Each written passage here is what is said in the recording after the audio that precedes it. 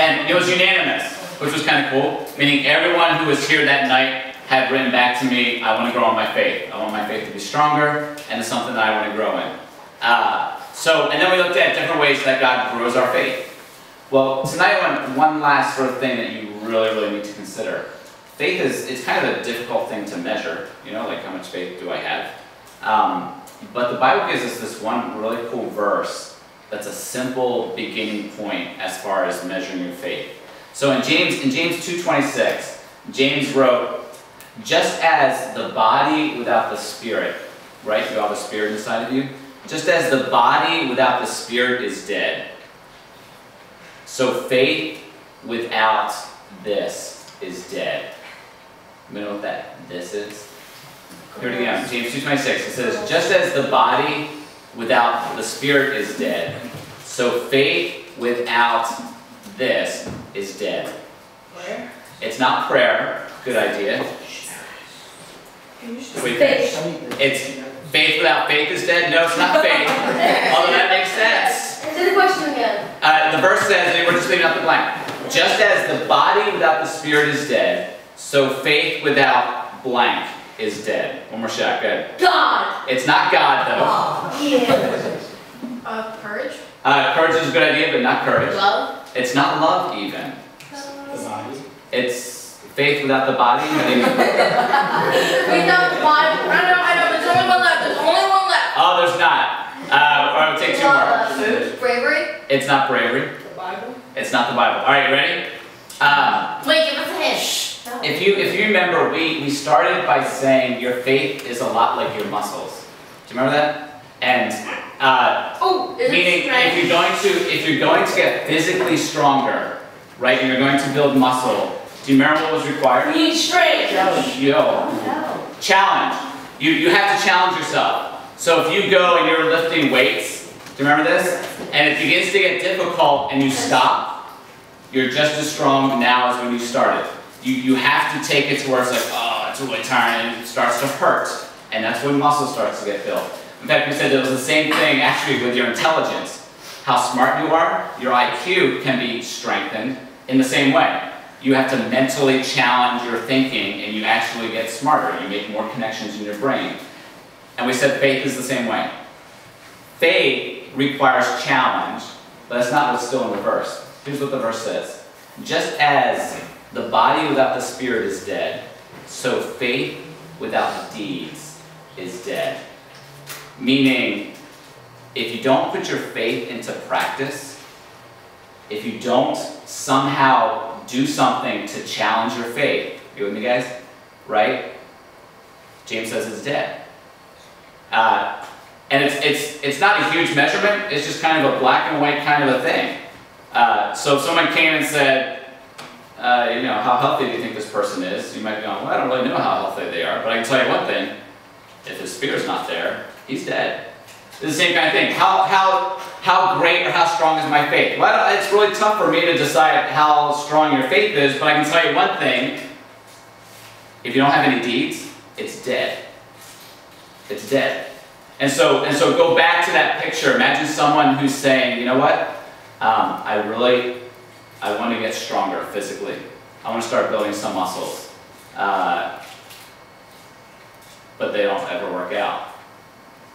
Right? You're just, okay, but you're not doing anything.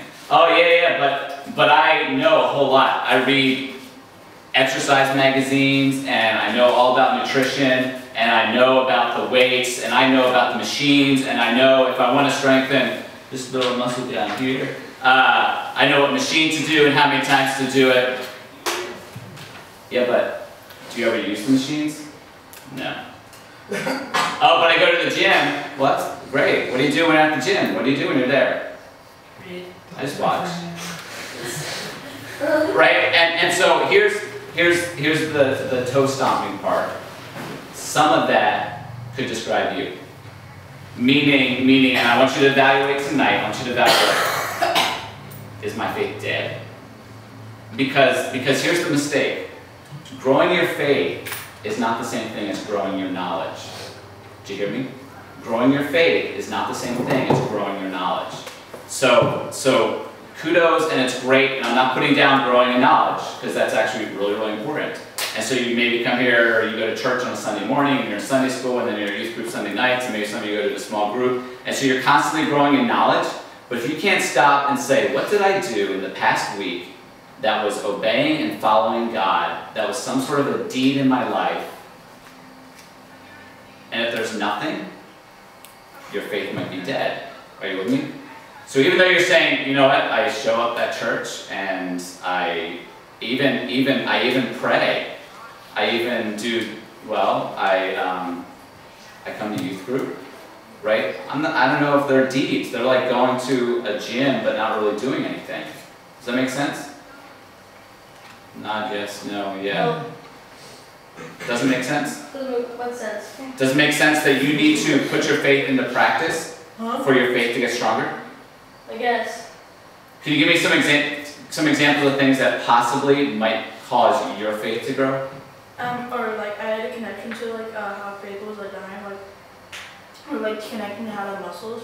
Like say you built a bridge and like the bridge wasn't really stable, it would like easily break and die. Like same thing with the faith, and like you want to make that bridge really strong, so like you can use it a lot. Good. So like same thing. Yeah, excellent.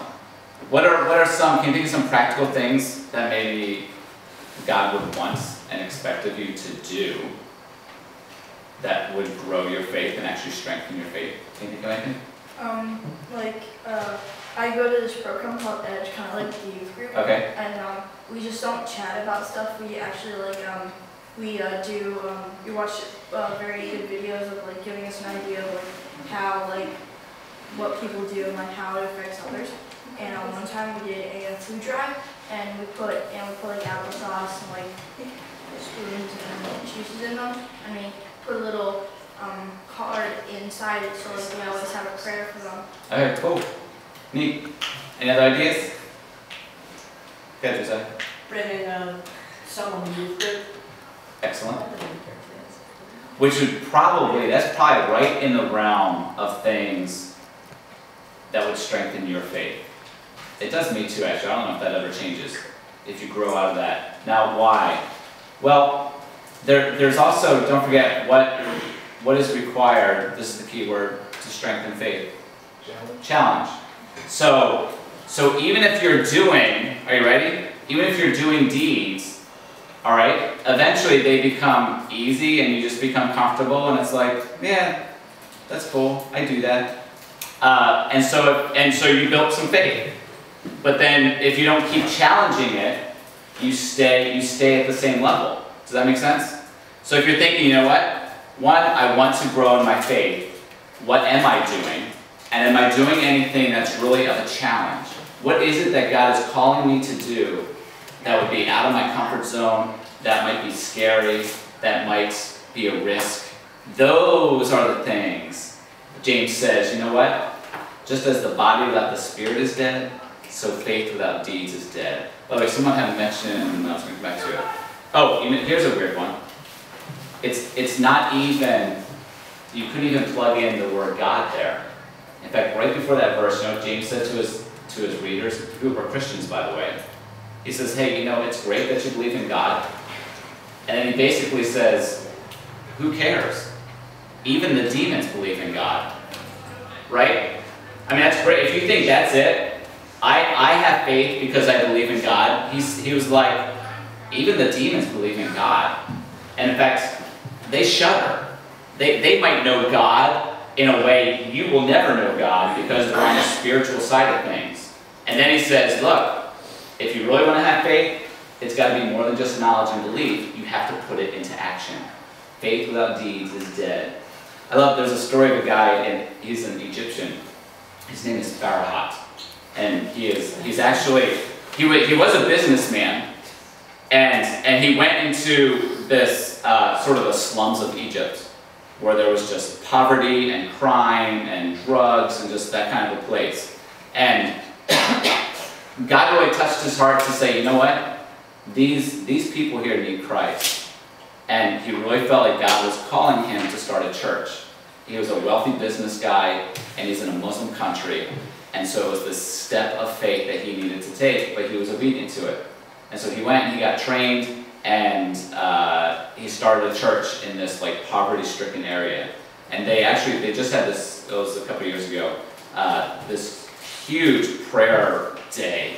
And they had 20,000 Christians from Egypt.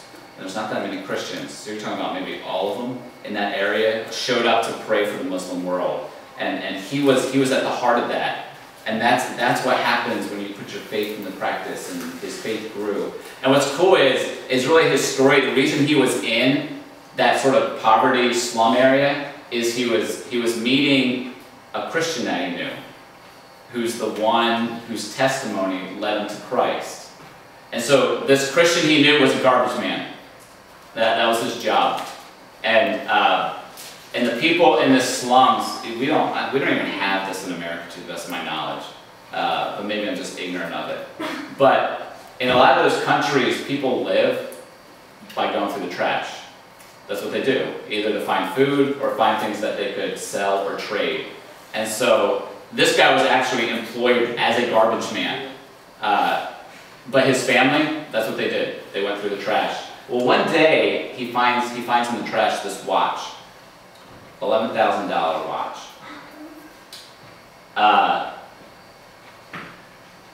Had he sold it, he'd be set for life. Got it? It would have been, for you and I in this area, it'd be like a $500,000 watch. That's what he found. This $11,000 watch. He really would have lived off it the rest of his life. But he was a Christian. And he felt like, you know what? I can't keep this watch. It belongs to somebody else. And so he found the owner. The owner's name was Farhat. And he said, hey, I found your watch. And Farhat was so struck by it and said, why in the world would you bring me my watch back? And he said,